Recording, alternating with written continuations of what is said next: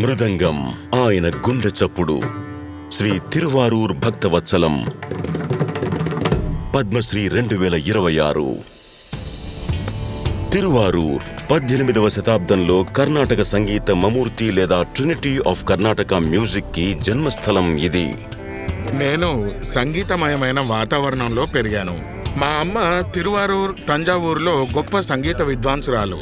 నేను 2.5 ఏళ్ల వయసులో మా నాన్నగారిని మిస్ అయ్యాను. అమ్మ ఒక పవిత్రమైన ఆలయం అనే నానుడి నా విషయంలో అక్షరాల నిజం. మా అమ్మకు 3 సోదరులు. వారందరినీ మా అమ్మే పెంచి పెద్ద చేసింది. చిన్న చిన్న సంగీత కచేరీలు చేస్తూ ఆమె మమ్మల్ని పోషించేవారు.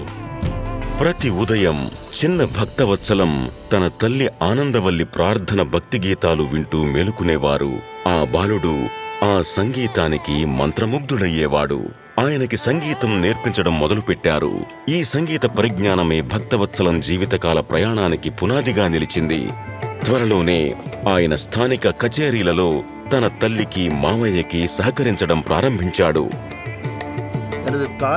నా మేనమామ తిరువారూర్ కృష్ణమూర్తి గారు. ఆయన్ని మృదంగం నేర్పించమని పట్టుబట్టాను. మా మావయ్య గారికి నాకు నేర్పించాలని ఉండేది, కానీ సంగీతకారులకు స్థిరమైన ఆదాయం ఉండదు కాబట్టి సంకోచించేవారు. ఆయన ఎదుర్కొన్న కష్టాలను నేను కూడా ఎదుర్కోవడం ఆయనకి ఇష్టం లేదు. అప్పట్లో చెన్నై సంగీతానికి ప్రధాన కేంద్రంగా ఉండేది. అక్కడికే గొప్ప విద్వాంసులు వలస వచ్చేవారు. నేను మద్రాసు వచ్చినప్పుడు నాకు అక్కడ ఎవ్వరూ తెలియదు, ఎటువంటి మద్దతు లేదు. మా అమ్మ నాతో కలిసి మద్రాసు రావడానికి సంకోచించారు. నేను ఒక చిన్న గదిని అద్దెకి తీసుకున్నాను. ఎంతో బతిమాలిన తర్వాత మా అమ్మను మద్రాసుకు తీసుకురాగలిగాను. నా కోసం ఆమె చేసిన త్యాగాన్ని మాటల్లో చెప్పలేను. కేవలం నా కోసమే చిన్న గదిలో సర్దుకున్నారు. మేము చిన్న ఇళ్ల కాలనీలో ఉండేవాళ్ళం.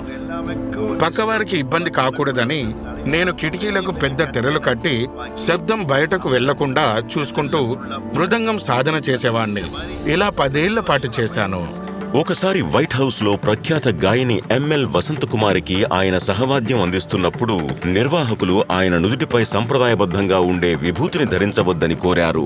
అయితే అది తన అస్తిత్వంలో ఒక భాగమని చెబుతూ భక్తవత్సలం ఆ అభ్యర్థనను తిరస్కరించారు. ఆ తరువాత ఆయన ఎంతో గర్వంతో తన ప్రదర్శనను కొనసాగించారు. 1992లో బార్సిలోనా ఒలింపిక్స్ లో పర్ఫామ్ చేశారు.